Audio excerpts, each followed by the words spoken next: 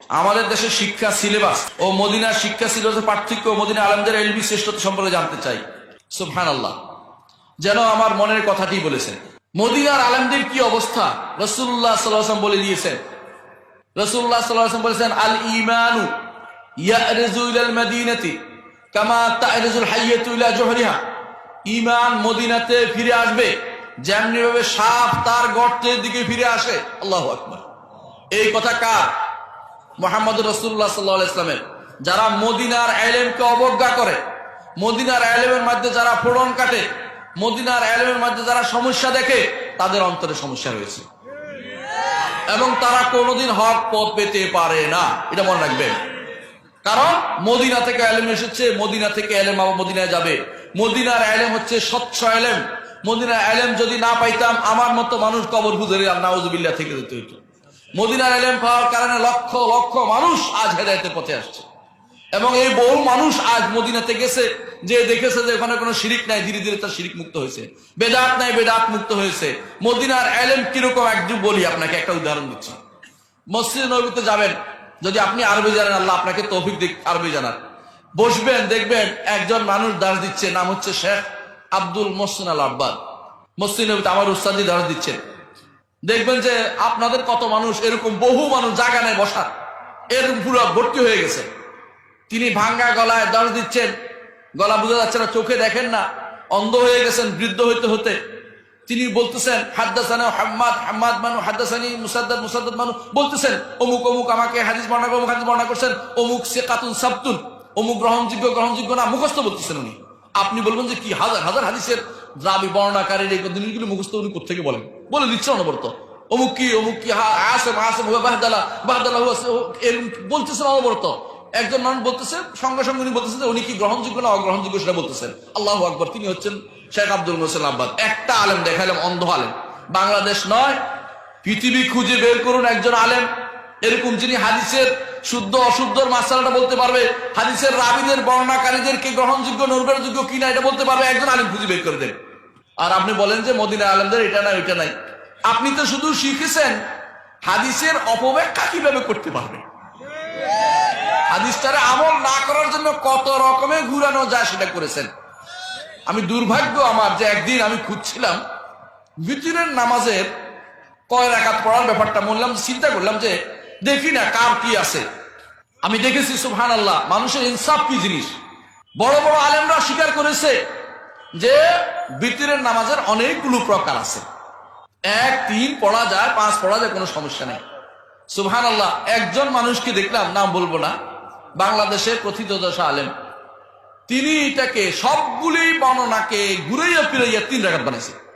চিন্তা করে দেখেন, উনি বুঝাইতে চাইলেন যে 3 রাকাতের কোনো কমে কোনো সালাত হয় না, 3 রাকাতের বেশিও কোনো সালাত নাই, বিতরের নামাজ 3 রাকাতেই পড়তে হবে। এটার জন্য তিনি শত শত হাদিসের বর্ণনাকারীকে উল্টায় পাল্টাইয়া ঘুরে ফিরাইয়া 3 রাকাত বানাই দিচ্ছেন। এইটা হচ্ছে আমাদের হাদিসের দর্শ, বুঝছেন তো? এটা হচ্ছে হাদিসের দর্শ হয়। আপনি কি হাদিসের দর্শ দিলেন না আপনি নিজের মনের দর্শ দিলেন? এটা বলেন তো, নিজের মতের দর্শ দিলেন আপনি, ইচ্ছা করে হাদিসগুলোকে পরিবর্তন করে নিজের মতো করে চালিয়ে দিলেন। এটা তো ইসলাম বলে না। অথচ আপনি হাদিসের কোনটা শুদ্ধ অশুদ্ধ জীবনও চিন্তা করেন না, বানিয়ে বানিয়ে বহু জায়গায় দেখবেন যে আপনি এইটা শুদ্ধ হয়, এইটা শুদ্ধ হয় বলে আল্লাহ আল্লাহ জিকির সাব্যস্ত করার জন্য আপনি বিরাট পৃষ্ঠা রচনা করে ফেলেছেন। অথবা আপনি ওলি আল্লাহদের ওসিলা দিয়ে দোয়া করা যাবে বলে বিরাট পৃষ্ঠা রচনা করে ফেলেছে। ওনারা বলে বাংলাদেশের সবচেয়ে বড় মুহাদ্দিস। ওনার মুহাদ্দিস না মুহদ্দিস। অথচ মদিনায় যে ওই আমার আলেমের সামনে বসতে বলেন, একটা ইবাদত পড়তে বলেন, সাহস থাকলে একটা ইবাদত শুদ্ধ পড়ে দেখুন, ওখানে যে শুদ্ধ করে ইবাদত পড়তে পারবে না। আরে কে কোন মানুষ মুখস্থ বলতেছে, চোখে দেখে না, এই মানুষটার সামনে একবার বসে দেখুন, কোন দিক দিয়ে আপনি তাকে তাড়াবেন, কোন দিক দিয়ে আপনি তাকে দূর করবেন, না আকীদায় না মানহাজে, কোন দিক দিয়ে তাকে আপনি করতে পারবেন না। তার কাছ থেকে আমরা আকীদা পড়েছি, তার কাছ থেকে আমরা যেমন পড়েছি হাদিস পড়েছি, তার কাছ থেকে আমরা ফিকহ পড়েছি, তাদের কাছ থেকে আমরা সবই পড়েছি। তারা কোনোদিন বাড়াবাড়ি করে হারাহারানি যায় নাই। হ্যাঁ, ইসলামের মধ্যে এই মতটা আছে, এই মতটা ইমাম আবু হানিফা রাহিমাহুল্লাহ বলেছেন, এটা ইমাম শাফিঈ বলেছেন রাহিমাহুল্লাহ বলেছেন। কোনোদিন কারো উপরে তারা আক্রমণ করেন না। কিন্তু আপনি পাইলে অপর গোষ্ঠীকে সব প্রেরণা বলেছে, আমাদের বিপরীত পক্ষ, আমাদের শত্রুরা বলেছে, এরকম কথাবার্তা আপনার মুখ দিয়ে বের হয়, আপনার বইতে লেখা হয়। কেন লেখা হয়? কারণ কোরআন সুন্নাহ সম্পর্কে আপনার ধারণা করেন আপনি হচ্ছে মাযহাবী বিশেষ কোন দৃষ্টিভঙ্গি থেকে আপনি সেই বই লিখে বসে আছেন। নাউজুবিল্লাহ। এই জন্য মদিনার আলেমদের রাসূলুল্লাহ সাল্লাল্লাহু আলাইহি ওয়াসাল্লাম বলেছেন একটা সময় আসবে যখন মানুষ ঈমান, হ্যাঁ হাদিসটা কেউ দুর্বল বলেছেন, আমি এটা বলছি আবার কথা বাড়া উঠবে যে এক সময় আসবে মানুষ খুঁজতে থাকবে ঈমানের বিষয়টা কোথায় আছে। কিন্তু যেভাবে মানুষ দুনিয়া খুঁজবে শেষে মদিনার আলেম চেয়ে বড় আলেম কেউ পাবে না, এটাও একটা হাদিস। কিন্তু কেউ দুর্বল বলেছেন, কিন্তু কেউ হাসান বলেছেন। কিন্তু আমি বলতে চাচ্ছি এটাই, মদিনার আলেমরা সহিহ হাদিস যেটা আসছে সেটা যে রাসূলুল্লাহ সাল্লাল্লাহু আলাইহি ওয়াসাল্লাম বলেছেন যে ঈমান মদিনায় ফিরে আসবে যেমনি ভাবে সাপ ঘুরে ঘুরে তার গর্তে আসে, দুনিয়া ঘুরে যায়, তারপর গর্তে কেন আসে? গর্তে আসে এই জন্য যে তার আসল জায়গা এটা, অন্য কেউ নিচ্ছে না। মদিনাতে গেলে ঈমানের লোকেরা, ঈমান যারা তাজা করে তাদেরকে আপনি পাবেন। আল্লাহ তাআলা কোরআনে কারীম বলে দিয়েছেন ওয়াল্লাযীনা তাবাওয়াউ দার ওয়াল ঈমান ইউহিব্বুনা মান হাজারা ইলাইহিম।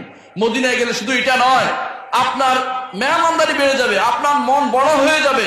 আপনি দেখবেন মানুষ কিভাবে আপনাকে ডেকে নিচ্ছে, বসাচ্ছে, আলোচনা করছে, ভালো ব্যবহার করছে, এই সবই শিখবেন। আল্লাহ তাআলা বলে দিয়েছেন ওয়াল্লাযীনা তাবাওয়াউ দার ওয়াল ঈমান, তারা ঈমানকেও ঘর বানিয়েছে, দার আপনার জন্য ঘরের ব্যবস্থাপনা করে দিবে, খাবারের ব্যবস্থা সব করে দিবে।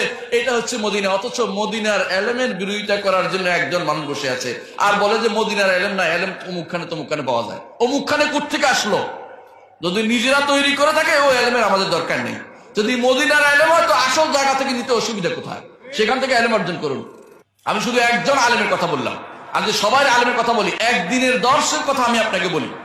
ঢুকলাম শেখ সোহাইমির দর্শে, উনি বলতেছিলেন তোমরা কি জানো সমস্ত জিনেরা কার সন্তান? আমি জানি না। বলতেছে সমস্ত জিনেরাই ইবলিসের সন্তান। একটা আলেম হলো না? আর মদিনার মানহাজ হচ্ছে যা বলবে তা করবে, এবং একই দিনে শত শত মাসআলা মসজিদ নববীতে মুক্তার মতো ছড়িয়ে দেওয়া হচ্ছে। সুন্দর সুন্দর আকীদার মাসআলা, সেগুলি গ্রহণ করতে অনেকে রাজি হয় না। অনেকে সেখান থেকে পড়ে আসার পরেও দেখা যায় যে উস্তাদে কি বলছে সেটা শুনে কোরআন হাদিসের ধারে না। এরাও বিভ্রান্ত, পথভ্রষ্ট। এদের থেকে হেদায়েতের কিছু আর কোনো আশা করা যায় না। যেখানে মদিনায় গেলে যারা হেদায়েত নিতে পারেনি তাদের থেকে আপনি কোথায় হেদায়েত পাবেন? তাই কি দিল্লি থেকে হেদায়েত আনবে না পিন্ডি থেকে হেদায়েত আনবে? হেদায়েত নিতে হলে অবশ্যই মদিনা থেকে হেদায়েত নিতে হবে।